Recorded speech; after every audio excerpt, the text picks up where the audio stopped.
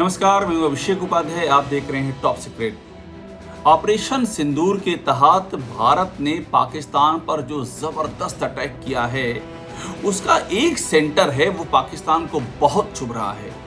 ऐसा चुभ रहा है कि पाकिस्तान के पूरे जो आर्मी स्टैब्लिशमेंट है, जो डिफेंस स्टैब्लिशमेंट है, उनमें खलबली मची हुई है। उनको नींद नहीं आ रही है। उन्होंने ख्वाब में नहीं सोचा था कि भारत बहावलपुर पर अटैक कर देगा। बहावलपुर कोई पाकिस्तान के कब्जे वाले कश्मीर में नहीं है। बहावल कोई भारत पाकिस्तान की सीमा से सटा हुआ नहीं है। बहावलपुर पाकिस्तान के पंजाब में है, लाहौर से 300 किलोमीटर दूर है और यहाँ पर जैश ए मोहम्मद का हेडक्वार्टर है। और इस हेडक्वार्टर में सैकड़ों की संख्या में आतंकी लड़ाकों को ट्रेन किया जा रहा था। और जानकारी ये मिल रही कि जिस समय भारत ने अटैक किया है, ये लड़ाके वहीं मौजूद थे। भारी मात्रा में यहाँ पर आर्म्स एम्यूनिशंस भी मौजूद था।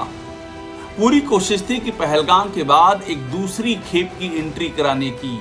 और ये जगह सिक्योर इसलिए थी क्योंकि यहाँ के बगल में ही पाकिस्तान की 31वीं जो आर्मी की कोर है, उसका हेडक्वार्टर है। यानी कि आप यूं समझ लीजिए कि पाकिस्तान की आर्मी इस जगह को गार्ड करती है। 18 एकड़ का ये पूरा कॉम्प्लेक्स है और इसका नाम है जामिया मस्जिद सुबहानुल्लाह कॉम्प्लेक्स या फिर उस्मान वली कॉम्प्लेक्स इसे कहते हैं। और ये 18 एकड़ का ऐसा कॉम्प्लेक्स है कि यहाँ पर परिंदा भी पर नहीं मार सकता है। और बड़ी बात ये है, मैं बार बार कह रहा हूँ कि बहावलपुर में भारत का जो अटैक हुआ है, उससे पाकिस्तान की बहुत बेचैनी है। उनको ऐसा लग रहा है कि किसी ने उनकी लाइफ लाइन काट दी हो। यहीं पर जानकारी ये भी है कि बगल में ही पाकिस्तान की सीक्रेट न्यूक्लियर फैसिलिटी है।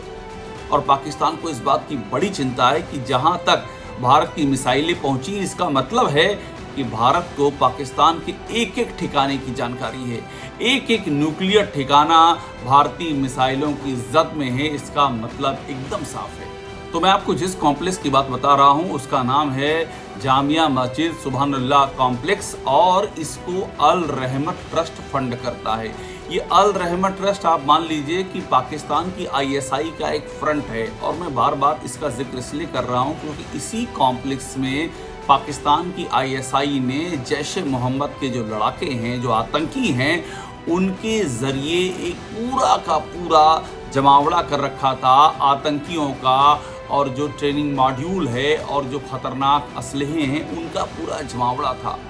और भारतीय एजेंसियों के पास पिन पॉइंट जानकारी थी। देखिए, बहावलपुर को इसलिए भी समझिए क्योंकि यहाँ से पाकिस्तान का जो सबसे बड़ा हाईवे NH5 वो यहाँ से गुजरता है और बहावलपुर को सीधे लाहौर और कराची से कनेक्ट करता है।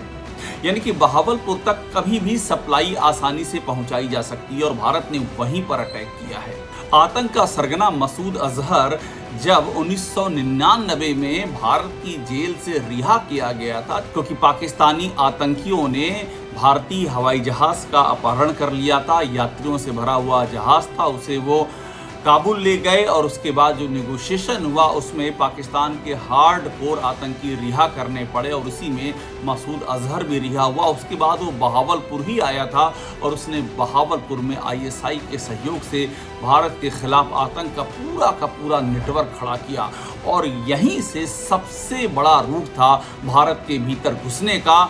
और जो आतंकी भारत में इन्फिल्ट्रेट कर रहे हैं, उनको यहाँ से पूरा बैकअप दिया जाता था और वहीं पर भारत ने अटैक कर दिया है। अभी इस बारे में पक्की जानकारी नहीं मिल पाई है कि भारत ने जब ये अटैक किया तो मसूद अजहर कहाँ था। इस बात की भी संभावना जताई जा रही है कि मसूद अजहर, चूंकि ये जो कॉम्प्लेक्स है ये हैवली गार्डेड है, यहाँ पर कोई झांक भी नहीं सकता है।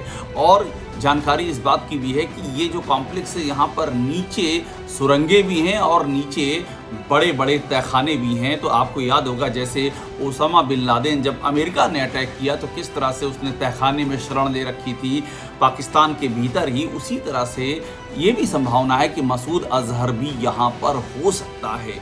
इस बात की पूरी संभावना है। और अभी हालांकि ये रिपोर्ट अनकन्फर्म्ड है, लेकिन अगर ये अटैक मसूद अजहर की मौजूदगी में हुआ है तो आप ये मान लीजिए कि पाकिस्तान की बेचैनी 3 वजहों से है। एक तो मसूद अजहर, दूसरा जो न्यूक्लियर फैसिलिटी है बगल में, और तीसरा ये बहावलपुर का मतलब है कि पाकिस्तान की जो 31वीं कोर है उसका कवर भी भारत ने तोड़ दिया है, पंजाब के अंदर घुस करके अटैक किया है।